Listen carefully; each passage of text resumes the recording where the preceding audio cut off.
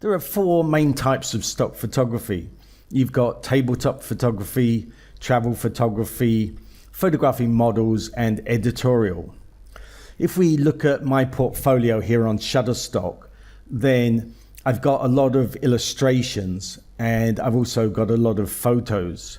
And within my photos, it's mostly either of models or tabletop like these ones. So let's go through the types one by one. First of all, tabletop photography.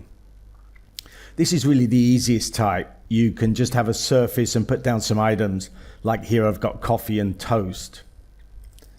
In this one, I've got orange juice and some oranges that go with it. This looks like I'm in a nice location, but actually behind is just a picture. This is a picture that I took because I don't want to use anything with copyright, but I just made the picture maybe about 18 inches across and put it behind and then took the photo. Now, the easiest way to take these, if you don't want to bother with all the lighting, is to do it outside on preferably a cloudy day, but also in the shade, so you don't have direct sunlight. And it's pretty easy. Just set everything up outside and start taking photos. You don't need to worry so much about each shot. Just take lots of angles, lots of color in it, and then just pick the best ones to use. The second type is travel photography. And I did a little bit of this, but really not very much. I found it a lot easier to just work within the room or just outside the room. And it was a lot easier because you can take a lot more photos. But other people have been successful with this. Let's look at some samples. Here's just a search for travel on Shutterstock. And you can see lots of different images here that people have taken. And here's another one, just a search for London. So you might not even have to travel that far. If you live in London, you could just go around London.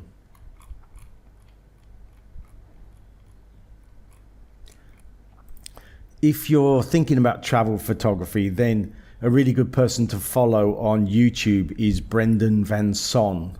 He travels around the world taking photos.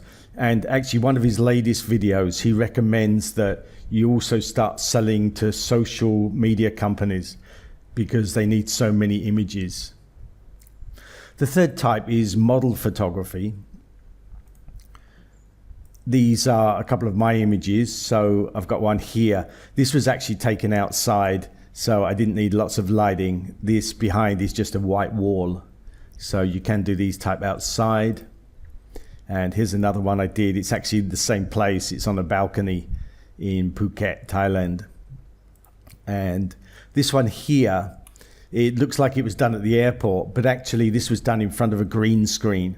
And then I added the background. And the good thing about this was I could do a model shoot and have lots and lots of pictures and then just use some pictures that I had from airports or outside and offices and just add those in the background. So it's one way of doing it. It's not so quick, but the good thing is you can use these images more than once. So this image at the front, I used it several times with different backgrounds. The last type is editorial.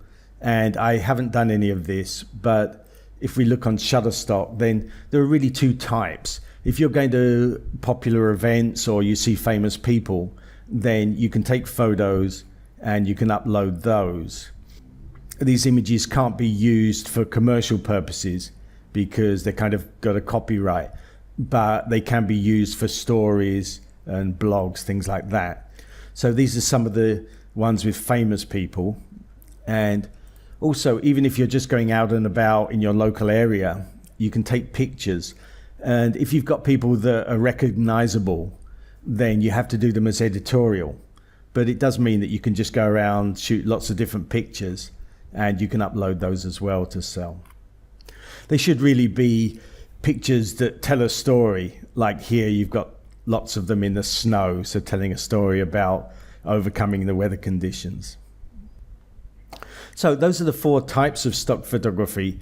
And I would say the easiest ones to get into are tabletop, because you don't need so much equipment and you can do it around the home.